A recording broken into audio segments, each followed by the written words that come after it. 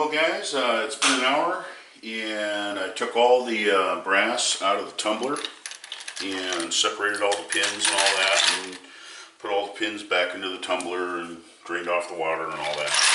So what I have here is I have the sized, the military crimp has been swaged out. I let these go for about an hour, and what I'm going to do is I'm going to add a cap full of this industrial institutional floor wax to this water that I have in this little cottage cheese bucket. And what I'm going to do is really stir those around a little bit.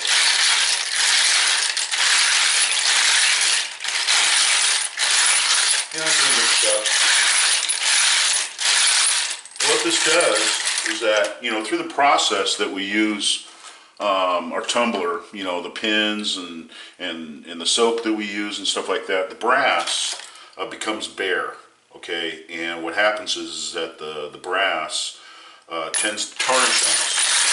So what we want to do is we just want to put a little bit of this floor wax in there, just get it going around a little bit, okay?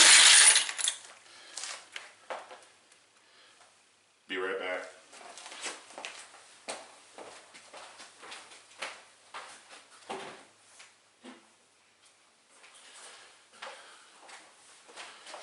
Okay. And what we want to do is we want to take this brass out of the bucket and just set it on a cookie sheet.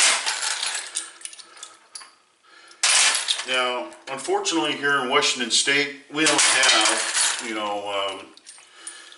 blistering hot weather where, it's like 90 degrees. We only get that in about, July or August, maybe a few days in September. But most of the time we're right around about 60 degrees. So otherwise I just set these out in the sun, and let that happen. But I have a shoe rack from a dryer. What I do is I set these on the shoe rack and I let them run for about 20 minutes or 30 minutes. And that dries them off real good and causes them not to have water spots on them. And, they turn out looking pretty good. One recommendation that I would say to you guys, keep your eyes open, man. The next time you guys go out to drive around the neighborhood or whatever and you see a little sign out front that says yard sale, or garage sale for that matter, go on in there, take a look around. I mean, you can find reloading equipment, presses, you can find powder measures, you can find, all kinds of good stuff, if the person polished rocks and they kind of got out of it, and they might even have a tumbler's tumbler like that. I mean, those are pricey. I mean, they're about 180 bucks. So, and if you can pick one up for like $30, man, you got a deal, I'll tell you one thing about those tumblers, man, they will go.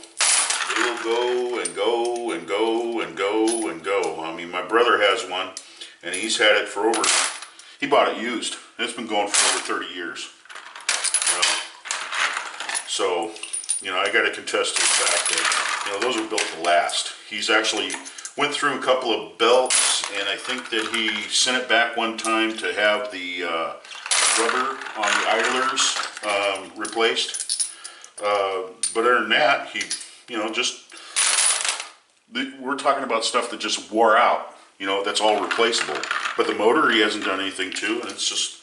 I'll tell you what, guys. If you were to be able to adapt a set of digging paddles to one of them things and set it out in the yard and plug it in, if you had an extension cord long enough, it'd dig its way to China.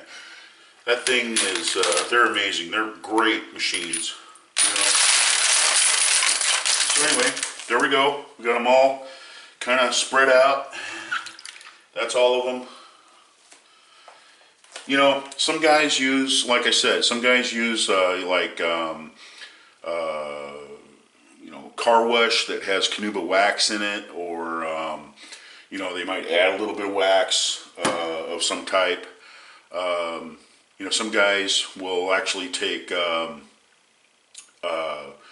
sawdust, and they will take little bits of car polish and put it in there and get it going, and then let it distribute out all over the sawdust, and that will polish their brass and in real high luster. Now, I'm not that fancy. Now, there was a time where I used to like to get my brass that clean. But as long as it's clean and it's functional, that's all I really care about. So anyway, I'm going to pop these in the dryer and get these all nice and cleaned off and everything. I know this is kind of a long video, and I'm glad that you guys went ahead and sat through it and whatever. But the thing is that this is just going to be part one. This was part one. It was about prepping the brass, getting the brass ready to load, checking the datum line, swaging the brass, cleaning the brass, and then checking the overall length of the brass, making sure I didn't have to cut it. So anyway, I'll come out with part two. Part two will be the priming, the powder selection, the powder charges, and the bullets we're going to go ahead and load, and then also setting up your die and the bullet depth that we're going to go with, and we'll go through all of that with the .308 Winchester. So until I come out with part two, this concludes part one. So anyway, thanks for tuning in, and stick around, guys, because I'm coming out with part two here pretty soon.